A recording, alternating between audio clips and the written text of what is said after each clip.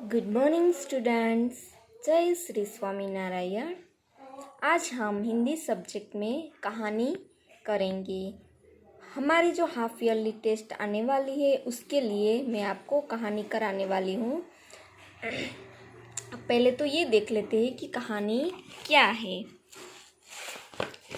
कहानी का नाम है बिल्ली बच गई। आपको एग्ज़ाम में इसके पॉइंट दिए गए होंगे, मतलब कि कोई भी कहानी के पॉइंट दिए गए होंगे, उसमें से आपको कहानी बनानी है।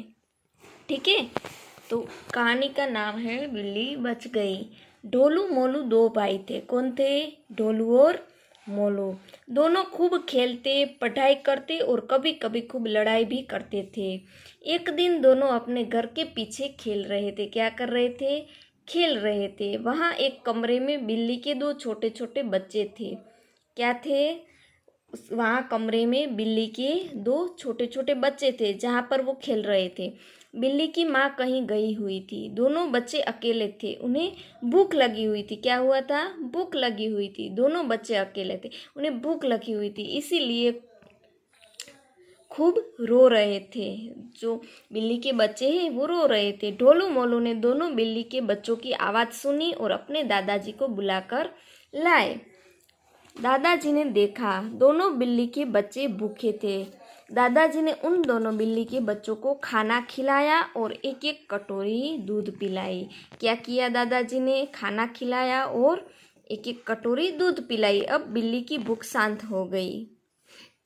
वह दोनों आपस में फिर से खेलने लगे। उससे भूख लगी थी इसीलिए दोनों रो रहे थे। अब वो दोनों वापस से खेलने लगे। इसे देखकर ढोलू मोलू बोले, बिल्ली बच गई। दादाजी ने ढोलू मोलू को शाबाशी दी।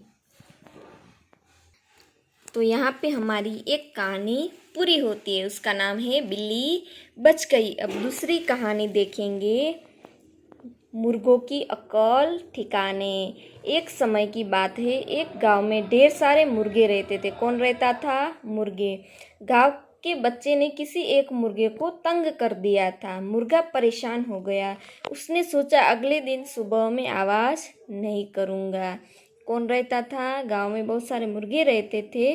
गांव के जो बच्चे हैं उसने किसी एक मुर्गे को बहुत तंग कर दिया था। अब मुर्गा परेशान हो गया। उसने सोचा कि अब मैं आवाज़ नहीं करूँगा, अब सोते रहेंगे तब मेरी अहमियत सबको समझ में आएगी। आपको भी पता होगा कि जो मुर्गा है वो जो सुबह सबको उठाता है, जगाता है ना, और मुझे तंग नहीं करेंगे। मुर्गा अगली सुबह कुछ नहीं बोला। सभी लोग समय पर उठकर अपने अपने काम में लग गए। इस पर मुर्गे को समझ में आ गया कि किसी के बिना कोई काम नहीं रुकता। क्या है? किसी के बिना कोई भी काम नहीं रुकता, सब काम चलता है।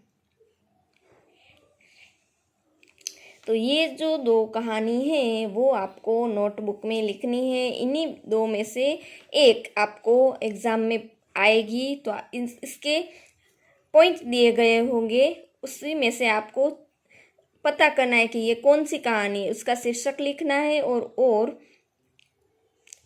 वो कहानी पूरी लिखनी है। ठीक है, समझ में आ गया? सबको ये दो कहानी नोटबुक में लिखनी है और इन्हीं दो कहानी में से आएंगे एग्ज़ाम में। ठीक है।